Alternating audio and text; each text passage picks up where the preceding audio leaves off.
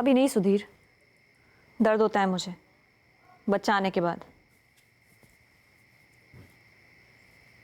तब बोलोगे कि अब बच्चा हुआ है, मूड नहीं है। तुझ में कुछ अक्ल वक्ल है या नहीं? हाँ, ये दिन रात एक ही चीज के पीछे पड़ा रहता है। एक ही चीज चाहिए तुझे। बीवी है तू मेरी, तेरे पास ना हूं तो कहां जाऊं? और किसी चीज के लिए आता है मेरे पास? हाँ, डॉक्टर के पास ले गया मुझे एक भी बार? 2 मिनट बैठ के बात की मुझसे? घर के काम में तो हाथ बटाता नहीं है तू। दिन रात यही सब चाहिए क्या तुझे? इसीलिए शादी करके लाया? सो जा चुपचाप। मैं बता नहीं सकती साहिब क्या क्या करता था वो। एक दिन अचानक छोड़कर कोल्हापुर चला गया और फिर वापस लौट आया। क्यों लौटा? रोज औरत जो चाहिए थी उसे, और कुछ नहीं दौड़ता था उसके दिमाग में इसके अलावा। उसके बच्चे को जन्म दिया था मैंने, एक पैसा नहीं दिया उसने आज तक। पैसे मांगती तो कहता जा अपने माँ बाप से मांग। सब बच्चा छोटा था इसलिए कमा नहीं पाई मैं। और वो वहशी क्या कर रहा था? वहां कोल्हापुर में किसी और औरत के साथ सो रहा था, झूठे वादे कर रहा था शादी के, फिर उसका कत्ल कर दिया। शायद इसलिए लौटा होगा मेरे पास, कत्ल के इल्जाम से बचने के लिए, वरना वो क्यों लौटता मेरे पास? इसकी सेक्स एडिक्शन तब से थी, और शायद जेल से भागने की वजह भी वही थी।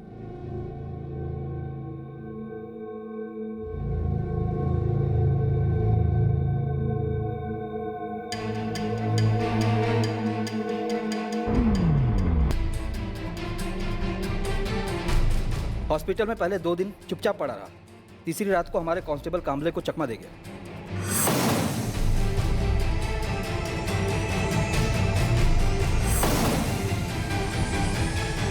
कांस्टेबल कामले को बेहोश कर दिया था। हाँ, कांस्टेबल कांबले को तुरंत सस्पेंड कर दिया गया और सुधीर के लिए लुकआउट नोटिस जारी किया गया। ये सुधीर परफ सतारा जाकर कमलेश यादव बन जाता है, और मडगांव में पता नहीं क्या बना होगा, और हमारे नासिक में क्या। पर तब हमें बिल्कुल भनक नहीं लगी कि ये आदमी सीरियल किलर बन सकता है। यही तो मार खाते हैं। ऑलरेडी एक मर्डर में फरार कातिल ऐसा जुर्म दोबारा कर सकता है, सोसाइटी के लिए कितना बड़ा खतरा बन सकता है। इस पॉसिबिलिटी को, इस गंभीरता को समझते ही नहीं। विनीत, तुम रत्नागिरी के लिए निकलो, इस सुधीर परब की पत्नी शीतल को ले आओ। अभी निकलता हूँ सर। सदा कमलेश यादव की साली मोनाली कुर्वेकर के केस पर काम कर रही है। शायद मोनाली का भी मर्डर हो गया। बिल्कुल हो सकता है। हमें जल्द से जल्द ये पता लगाना है कि ये सीरियल किलर इस वक्त कहाँ हो सकता है।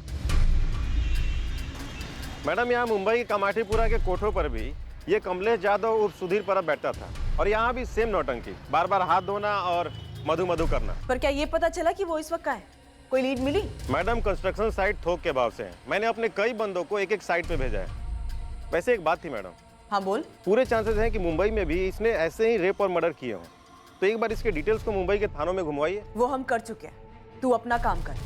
हमें कोई लीड चाहिए कि वो इस वक्त कहाँ हो सकता है।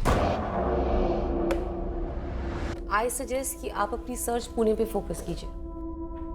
तुम उसकी सोच को ट्रैक कर रही हो? हाँ, एक हद तक, कि वो क्या सोच रहा होगा कि आप उसको कैसे ट्रैक करोगे।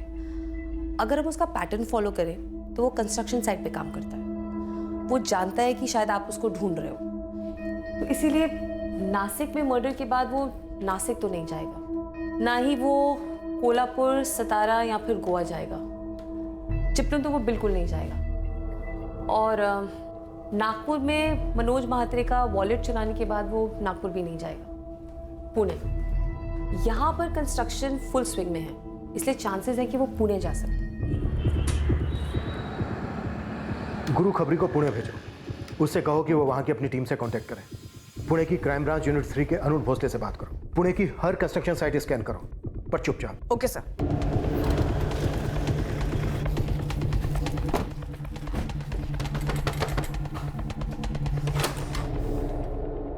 नासिक क्राइम ब्रांच, ग्रामीण विभाग। अब क्या है साहिब? वही तुम्हारा पति सुधीर। वो अब मेरा पति नहीं है। क्या चाहिए आपको? शीतल, हमें उसे ढूंढने में तुम्हारी मदद चाहिए, इसके पहले कि वो एक और औरत को अपना शिकार बनाए। एक आए रे बाबा, अभी 2 हफ्ते भी नहीं हुए तुम्हें काम पे लगे हो और तुम्हें नौकरी छोड़नी। ऐसा क्या हो गया जगदीश? इससे अच्छी नौकरी मिल गई अश्विन जी। जगदीश, ये नौकरी भी तो काफी अच्छी है। इसके लिए मुझे अपने सेठ लोगों से बात करनी पड़ी, उन्हें मनाना पड़ा, और अब तो वो लोग भी तुम्हारे काम से बहुत खुश हैं। मैं नई नौकरी में ज्यादा खुश रहूंगा अश्विन जी। आज मेरा आखिरी दिन है, कल से नहीं आऊंगा। और 2 हफ्ते की जो तनख्वाह बनती है हक से दे देना, खुशी होगी।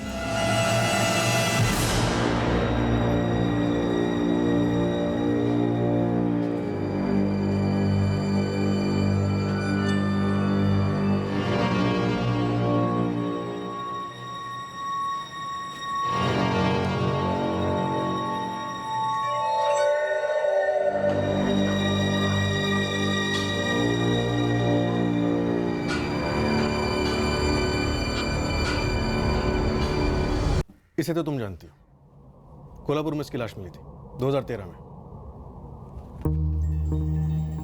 गोवा मडगांव 2014। इस औरत की अभी तक पहचान नहीं हो पाई है। ये मोनाली कुर्वेकर चिपलून से गायब हुई। इसकी बड़ी बहन पल्लवी से शादी की सुधीर ने, कमलेश यादव बन के, सतारा में। पहले वो गायब हुआ, उसके 2 दिन के बाद मोनाली गायब हुई। हमें शक है सुधीर ने उसके साथ कुछ किया होगा, लेकिन हमारे पास कोई ठोस सबूत नहीं है। मैं सुधीर को कभी पहचान नहीं पाई साहब। उस लीचड़ आदमी के साथ मेरा सिर्फ इतना ताल्लुक था कि मैं बदकिस्मती से उसकी पत्नी थी, और यही मेरी सबसे बड़ी गलती थी। जब पुलिस उसे पकड़ कर ले गई, उसके बाद मैं उससे कभी नहीं मिली। जब वो जेल से भाग गया, पुलिस आई थी पूछताछ करने, तब भी मैंने यही कहा था, और आज भी मैं यही कह रही हूँ साहब कि मैं सुधीर के बारे में कुछ नहीं जानती, सच में। शीतल, अगर सुधीर के बारे में कोई कुछ जानता है और बता सकता है तो वो सिर्फ तुम हो। सुधीर की माँ यहाँ रहती थी, जो 2012 में गुजर गई।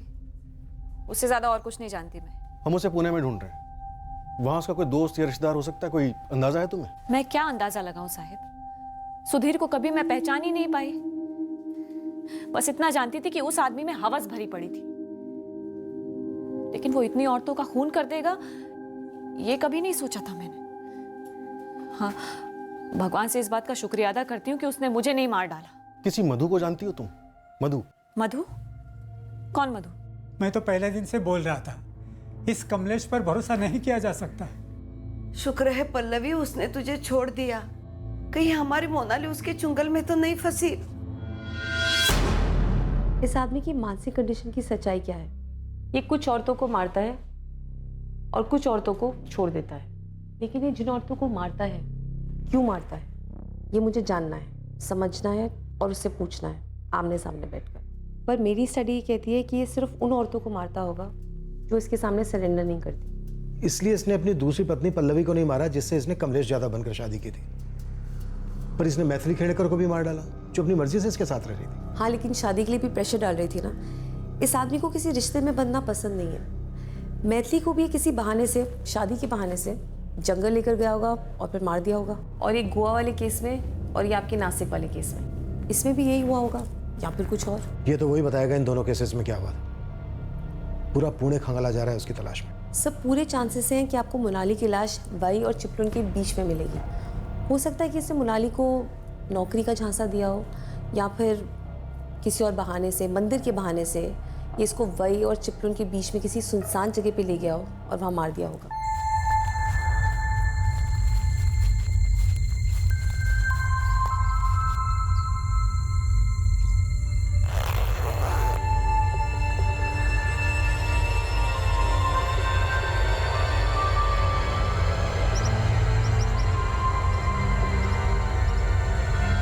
उसके अब तक के सारे मर्डर्स में एक सिर्फ मैथिली है जिसको उसने मारने से पहले सेक्सुअली असॉल्ट नहीं किया।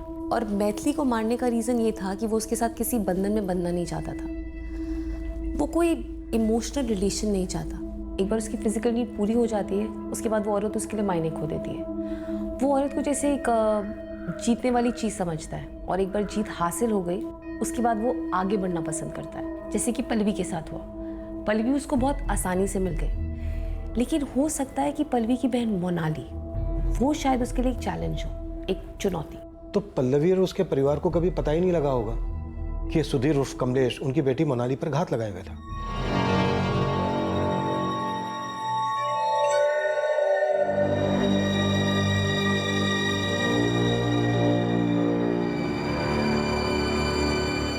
वो जिन सेक्स वर्कर्स के पास जाता है उनका कत्ल नहीं करता है, क्योंकि वो उसके लिए कोई चुनौती नहीं है। वो पैसे देकर उनको खरीद चुका होता है। जब हमने पुणे सिटी को टारगेट किया और इस हत्यारे को खोजने लगे, हमें कोई आइडिया नहीं था कि हम उसे पुणे में धर लेंगे। हम बस एक चांस ले रहे थे, क्योंकि हमारे पास कोई और विकल्प था ही नहीं। पर ये जो हमने ब्लाइंड खेला, चांस लिया, ये हमारे लिए फायदेमंद साबित हुआ।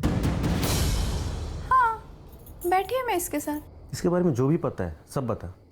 बहुत खतरनाक है ये। खतरनाक नहीं तो हाँ, सन की जरूर है, 1 नंबर का सन की। सनकी ने 1 नहीं 2 नहीं कई औरतों का मर्डर किया। क्या बात कर रहा है? हाँ, मेरे को तो ये ऐसा टाइम पास लगा था। बोलता था कभी साड़ी पहन के आओ, कभी उतार दो, कभी मधु बोल के बुलाता था, कभी हाथ धोने जाता था। एकदम अजीब था। इसका कोई मोबाइल नंबर या घर का पता? इतना किसके पास टाइम है? और कस्टमर से उसके घर का पता कौन पूछता है? तू आखिरी बार इसके साथ कब बैठी थी? 1 सप्ताह हो गया रहेगा। इसने मर्डर किया है। साहब बुधवार पेट और पुणे के सारे कोठों पर अपने बंदे भेज रखे हैं, वो इसलिए कि ये पता लगा सकें कि आज रात ये बंदा वहां गया है या नहीं। बढ़िया गुरु। कंस्ट्रक्शन साइट्स की क्या खबर है? कल सुबह से 2 टीमें लगने वाली हैं। सर मैंने पुणे में अरुण सर को अलर्ट कर दिया। उन्होंने कहा है कि पुणे से अभी ऐसा कोई केस रिपोर्ट नहीं हुआ है। मतलब सर वो अभी अपने अगले शिकार की तरफ टूट नहीं पड़ा है, हम उससे पहले उसे गिरफ्तार कर सकते हैं। हम भी पुणे के लिए निकलते हैं।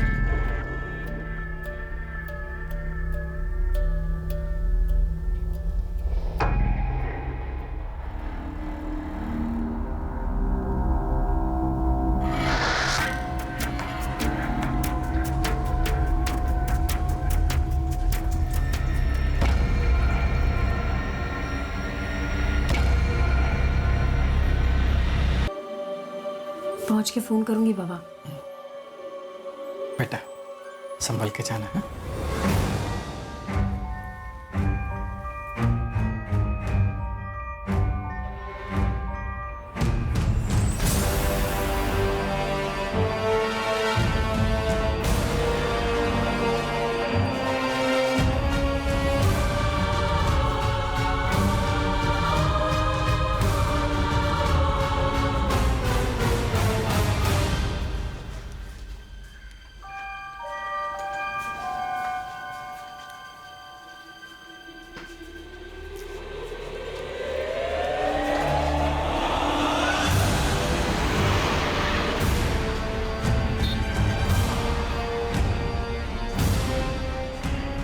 आगे ना एक मंदिर है, मेरा कब से मन कर रहा है वहां जाने का। माथा टेकेंगे और आगे बढ़ेंगे।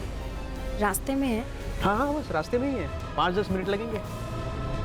अभी तुम नई नौकरी शुरू करने जा रही हो, दर्शन तो बनता है नहीं? ठीक है।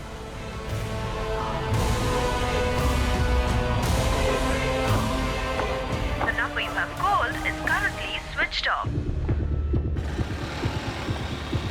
भाई ये आदमी जगदीश माने के नाम पर यहाँ लेबर सुपरवाइजर के तौर पे काम करता था। परसों ही नौकरी छोड़ी है इसने और उसका फोन भी स्विच ऑफ आ रहा है। क्या हुआ? किया क्या जगदीश ने? बहुत बड़ा कांड किया, सनकी है बंदा। मुझे भी लगा था ऐसा। यहाँ कहाँ रहता था? चकभूषण टेकरी के पास घर है इसका। चल चल चल चल। रुक रुक रुक रुक। भाऊ ये बंदा परसों काम छोड़ कर गया, इसके साथ कोई औरत भी काम छोड़ी क्या? हाँ एक औरत थी जो पिछले 8 महीने से यहाँ काम कर रही थी, कल ही अपना हिसाब करके निकल गई। नाम नंबर? तेजस्विनी महाडिक, नंबर मेरे रजिस्टर में है।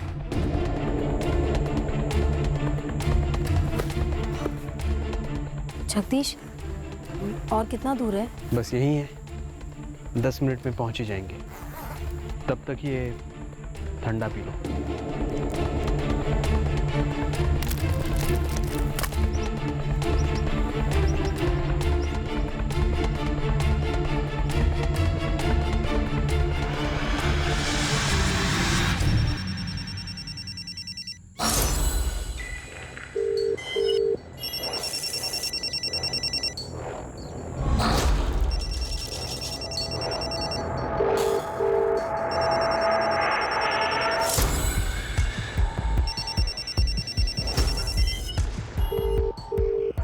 लाओ मैं देखता हूँ। ये अचानक इतनी नींद क्यों आ रही है? धूप की वजह से आ रही होगी। तेजस्विनी फोन नहीं उठा रही है। उसके घर का एड्रेस भी है मेरे पास। जल्दी तो जल्दी। अब इस तेजस्विनी का फोन स्विच ऑफ है। हाँ सर मैं तेजस्विनी के घर ही जा रहा हूँ और 2 बंदे को खूनी के घर भेजा है। हम आधे घंटे में पुणे पहुंच रहे हैं। तुम जल्द से जल्द तेजस्विनी के घर पहुंचो, तुरंत मुझसे कांटेक्ट करो। तेजस्विनी यही रहती है? हाँ क्यों? बुलाइए जरा। वो घर पर नहीं है, वो आज सुबह सोलापुर काम के लिए गई है। इसके साथ गई? नहीं, हम तो नहीं जानते इसको। हाँ, तेजस्विनी कह रही थी उसका कोई सुपरवाइजर है जगदीश माने करके, उसने एक अच्छी नौकरी दिलवाई है उसे। तेजस्विनी का और भी कोई नंबर जो अभी है उसके अलावा कोई नंबर? नहीं, उसका एक ही नंबर है। पर आप लोग हो कौन और तेजस्विनी के बारे में इतना पूछ रहे हो? मेरी बेटी ठीक तो है ना? माँ जी आपकी बेटी खतरे में हो सकती है, उसकी अगर कोई भी फोटो है तो जल्दी दीजिए तुरंत। खतरे में? किस खतरे में है मेरी बेटी? सर देर हो गई। सन की तेजस्विनी को लेकर सोलापुर निकल गया। कैसे निकली? तेजस्विनी की माँ बता रही थी बस से।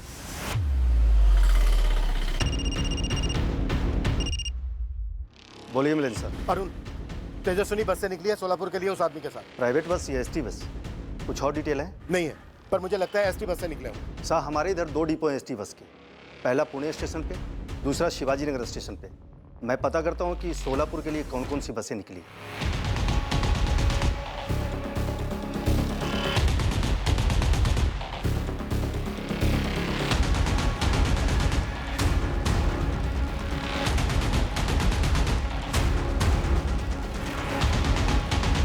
इस वक्त हमारा मुकाबला समय से था और हम काफी पीछे चल रहे थे। हमारा मुजरिम हमसे जितने करीब था उतना ही दूर भी था। वो हमसे एक कदम आगे ही था, पर फिर भी हमने हार नहीं मानी। हमने पुणे से निकलने वाली सोलापुर की हर एक एसटी बस को टटोला, ये समझकर कि मुजरिम अपनी टारगेट तेजस्विनी को एसटी बस में ले गया होगा। हमने दोनों की फोटोज भी सर्कुलेट की थी। हम पुणे सोलापुर के रास्ते पर हर पेट्रोलिंग टीम के टच में थे। हर गुजरने वाली बस को रोका जा रहा था, एसटी, प्राइवेट, सभी। सोलापुर पुलिस भी फुल रेड अलर्ट पे। उधर आने वाली सभी बसों की तलाशी ले रहे हैं, इनकेस हमसे कोई बस मिस हो जाए। मुझे डर है कि कहीं देर ना हो गई। हमारी खोज शुरू करने से पहले कहीं वो उतर ना गया। कत्ल की लोकेशन ज्यादातर सुनसान इलाके रहे हैं, जिनका मुआयना वो पहले ही करा था। फिर भी लगे रहते हैं। कम से कम हमें इतना तो मालूम है कि वो इन 2 शहरों के बीच में है। हम उस सनकी को पकड़ लेंगे सर। उम्मीद यही है कि वो तेजस्विनी के साथ कुछ करे, उसके पहले ही हम उसे धर पाएं। दिन के आखिर में कई बसों की स्कैनिंग के बाद आखिरकार हमें हमारी मंजिल नजर आने लगी। तीर निशाने पर लगने को था।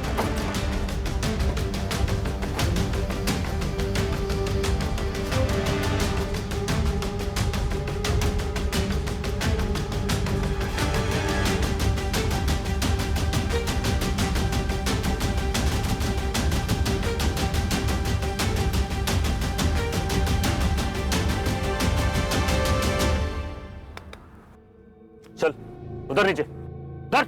हमने हमारे संदिग्ध सुधीर परब उर्फ जगदीश माने को धर लिया था और तेजस्विनी उसके साथ नहीं थी।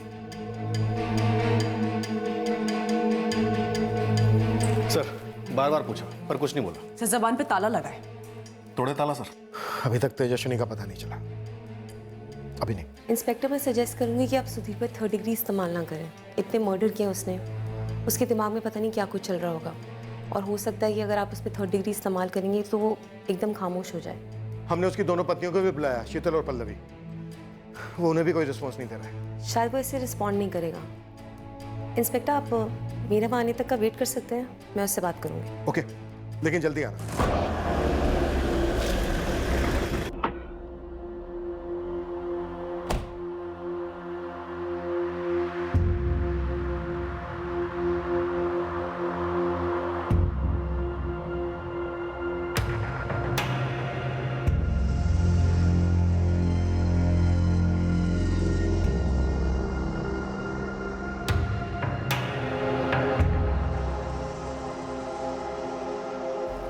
ये औरतें आसानी से हाथ नहीं आ रही थी, है ना?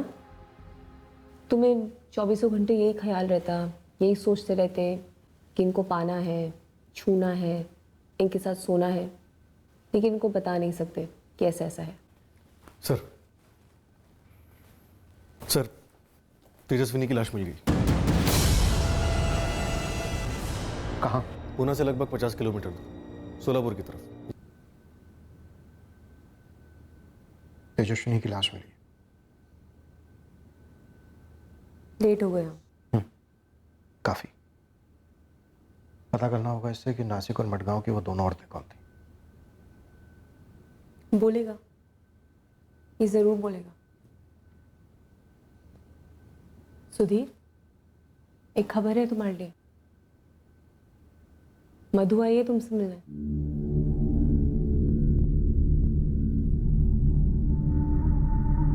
जिस तरह तुम इतने समय से उससे मिलने के लिए पागल रहे हो ना, वो भी तुमसे मिलने के लिए बेताब है।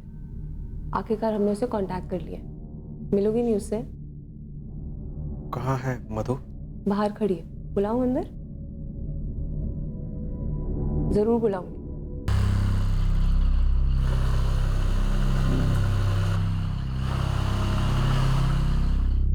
इस संगीता को तुम बेलगांव से मडगांव लेके आए थे किसी नौकरी के बहाने?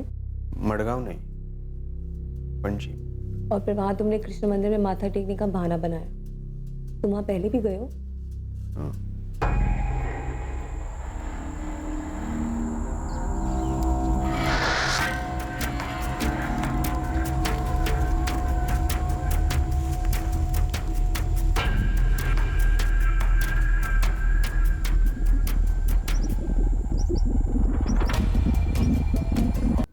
मधु कहाँ है?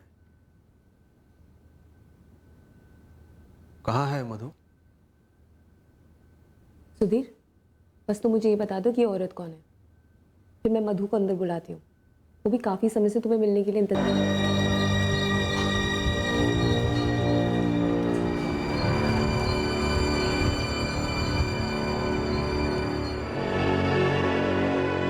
अब मधु को यहाँ बुलाओ। बस एक और सवाल, तुम्हारी दूसरी बीवी पल्लवी, उसकी छोटी बहन मोनाली, उसको क्यों मार डाला? लाश कहाँ है? हमने वाई और चिपलिन के बीच का चपा चपा छाना, लेकिन लाश नहीं मिली।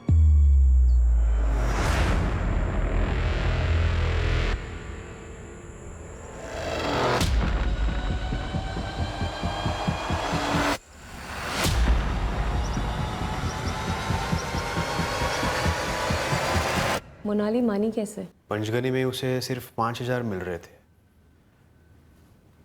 मैं बोला चिपलुन में 12,000 मिलेंगे, रहने खाने का अलग से। कहाँ मारा उसे? महाड़ के पास। तुम उन जगहों को पहले वीडियो में उतारते थे, वीडियो रिकॉर्डिंग करते थे। कारण क्या था उन्हें मारने का? क्या दुश्मनी थी उन औरतों के साथ? मधु कहाँ है? क्या तुम इन औरतों को पहले अप्रोच करते थे और ये तुम्हारे साथ सोने से मना कर देती थी, इसलिए तुम इनकी ड्रिंक में बेहोशी की दवाई मिलाते थे, कॉन्डोम यूज़ करते थे और इनके साथ सेक्स करते थे और फिर इनका कत्ल कर देते थे? सुधीर, तेजस्विनी को मारने के लिए तुमने इसको इस्तेमाल किया, बाकी सबके मर्डर्स के लिए भी तुमने चाकू का इस्तेमाल किया। तुम लोगों की आइडेंटिटीज बड़ी चालाकी से चुराते, काफी शातिर प्लानिंग रहती होगी, नहीं? मधु कहाँ है? ये आदमी मानसिक रूप से प्रभावित जरूर है, पर ऐसा लगता नहीं कि इसको कोई गंभीर मानसिक बीमारी है। ये आदमी विकृत है। इसका दिमाग स्टडी करने के लिए इससे डिटेल में बातचीत करनी होगी। हमें जो चाहिए था वो मिल गया है, केस सोल्व हो गया। अब हम चार्जशीट फाइल कर सकते हैं। संगीता आचरेकर और वैष्णवी परदेसी, इन दोनों की फैमिली को ट्रेस करना होगा। रचना, इस हत्यारे को स्टडी करने का तुम्हें काफी वक्त मिलेगा। अब हम इसे फरार नहीं होने देंगे। एंड आई होप इंस्पेक्टर, अगर फ्यूचर में ऐसा कोई केस आए तो स्टडी को काम में लाया जाएगा। पल्लवी को गहरा सदमा बैठा उसके पति की हकीकत जानकर। उसका परिवार हक्का बक्का रह गया ये जानकर कि उनकी दूसरी बेटी इसी आदमी के हाथों मारी गई थी। तेजस्विनी का परिवार तहस नहस हो गया ये जानकर करने पर पता चला कि मोनाली कुर्वेकर की लाश और अकेली रहती थी। दोनों के परिवार वालों ने औपचारिक तौर पर इंक्वायरी की थी उनके काम की जगह पर उसके बाद उन्हें एक तरीके से भुला ही दिया था।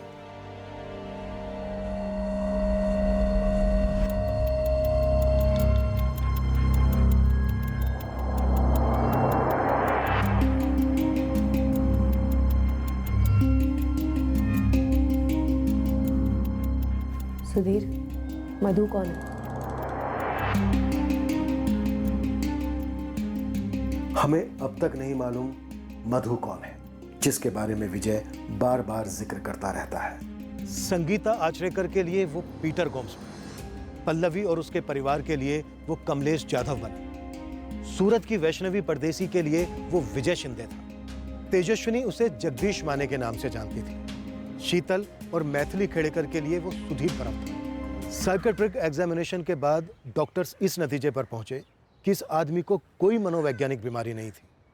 ये मानसिक रूप से काफी सक्षम था अपने गुनाहों को प्लान कर अंजाम देने के लिए। पता चला ये केवल ओवरसेक्स्ड यानी अति कामुक इंसान है। जो औरतें इसकी पहल को ठुकराती या इस पर किसी तरह का दबाव डालती या जिन पर यह काबू नहीं कर पाता तो ये उनका रेप और कत्ल कर देता। और चूंकि एक बारी उसकी मॉडस ऑपरेंडी काम कर गई थी वो बार बार यही भयंकर जुर्म दोहराता रहा। Broken window theory. कभी भी किसी केस को अनसुलझा या अधूरा नहीं छोड़ना चाहिए। सुधीर परब का हॉस्पिटल से फरार होना छोटी बात नहीं थी। उसका इस कदर पीछा होना चाहिए था कि वो अपने अगले शिकार संगीता आचरेकर तक पहुंचने से पहले ही गिरफ्तार होता। संगीता का केस अनसुलझा रहा, मोनाली का केस अनसुलझा रहा। कमलेश जाधव का गायब होना भी पूरे जोश के साथ इन्वेस्टिगेट किया जाना चाहिए था। शायद वैष्णवी परदेसी का केस होता ही नहीं, तेजस्विनी का केस तो होना ही नहीं चाहिए था। अब हम पूरी ताकत से लड़ेंगे सुधीर परब को कड़ी से कड़ी सजा दिलवाने के लिए। फिर मिलेंगे अगले हफ्ते क्राइम पेट्रोल सतर्क में। जय हिंद।